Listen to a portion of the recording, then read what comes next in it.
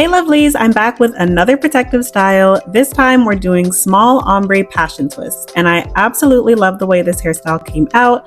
I think the color looks so beautiful. This is another perfect hairstyle for summer and a great option if you're looking to switch it up from your usual braids. So let me show you how you can easily achieve this gorgeous hairstyle all on your own.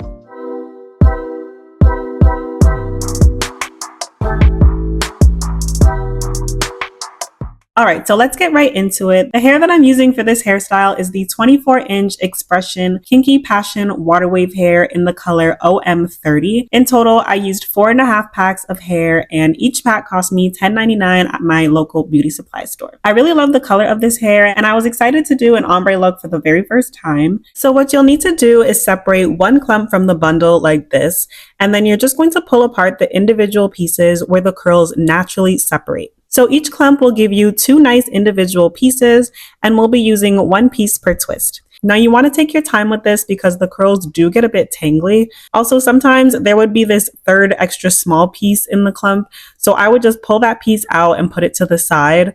Eventually, I combined a couple of those tiny pieces together to form 1 twist. I really thought this hair would be easier to separate, but it was a bit of a struggle, so be sure to take your time or else you will be fighting with the hair. And I also like to separate the curls a little bit to fluff it out, and this way the twist will look nicer.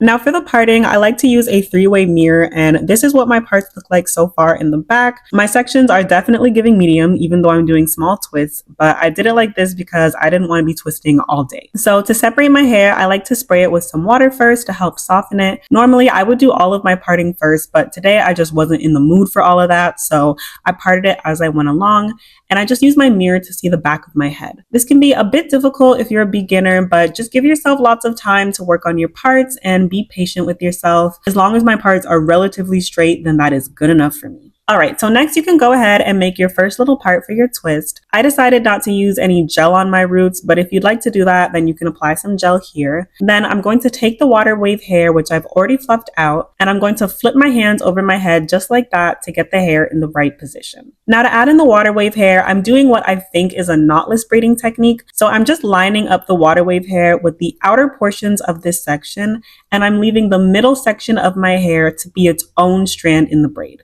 It's a little hard to explain, but essentially the 2 outer strands of this braid should have the Waterwave hair and your natural hair, and then the 3rd strand of this braid in the middle will be a small section of your natural hair only. So just watch what I'm doing and you'll see that I braid the hair down a few times to secure it. Then after braiding down a few times, I separate that 3rd natural hair strand into 2 so that I can twist the hair down with 2 even pieces. I also like to apply a little bit of gel, mainly to the ends of my natural hair, to make sure my hair isn't sticking out of the twists. And I just twist the hair all the way down and making sure to twist it tightly so that it's neat. Also, with this hair, you have to make sure that you're twisting it in the right direction, otherwise your twist will unravel. So it may take a bit of trial and error to make sure you're twisting it in the right direction. Then once you reach the ends, there's a few ways that you can secure the twist, but one way is to just braid the bottom. So here I'm separating 1 strand into 2 and making 3 strands so I can braid it down a few times to secure the twist. And that's all there is to it. And you can see how the look is starting to come together nicely, and we just have to repeat this all over our head. Now I'll let you see how I add in the Waterwave hair again, and I actually really like this technique. I think it's faster and easier than doing crochet in my opinion, because you don't have to add rubber bands or braid your hair first and then crochet the Waterwave hair in. Instead, you can just braid the passion twist hair with your natural hair and start twisting it right away. But I will say my roots weren't as flat with this method, probably because I didn't grip it that tightly, so that is something to keep in mind. I also didn't use any gel on my roots because sometimes braiding with gel can just be annoying, okay? It makes your fingers and the hair slippery, and this Waterwave hair is already kind of silky, so I found it easier to grip it without any gel on my roots. Also, if you run into any annoying tangles like this one right here, just get some scissors and cut it out. We do not have time to be fighting with this hair at all. And again, make sure to add some gel to your ends to help smoothen it out, and just keep on twisting tightly until you're done. And also with some of the twists, I didn't even braid the ends and they stayed in place just fine. So if you twist the hair all the way down and leave it alone, then you should be fine. You also don't have to dip this hair in hot water or anything like that.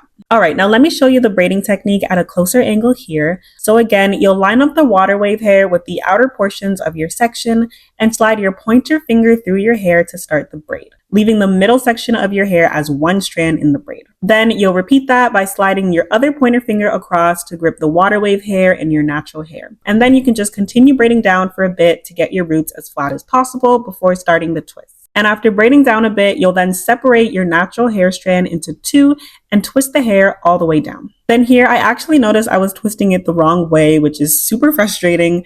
I had to unravel it and twist it again the other way. So a tip here is to twist the hair down a bit and then let go of your twist to check if it's unraveling. If your twist looks loose and it's not staying together, then you twisted it the wrong way and you'll need to twist it in the other direction. Sometimes I swear I would twist to the right and that would work, and other times I twisted to the left. So you really just have to double check that it's twisted correctly after each twist. So again, just keep twisting tightly until you reach the very bottom.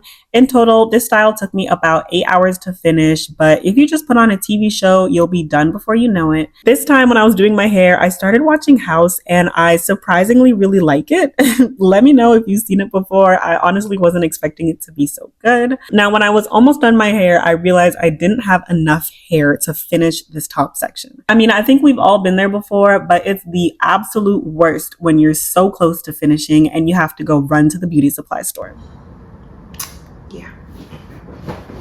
So after a quick run to the beauty supply store, I finally made it to my final twist. It felt so good to be on that last section. So once again, I just braid the water wave hair with my natural hair to start off the twist, and I braid it down a few times to secure it. Then I like to separate my natural hair into two so I can twist my hair with two even strands. And I also, again, add some gel when I'm twisting down to smoothen out my hair. Now at this point, I was starting to feel so impatient. I noticed that, of course, I was twisting the wrong way on my very last twist.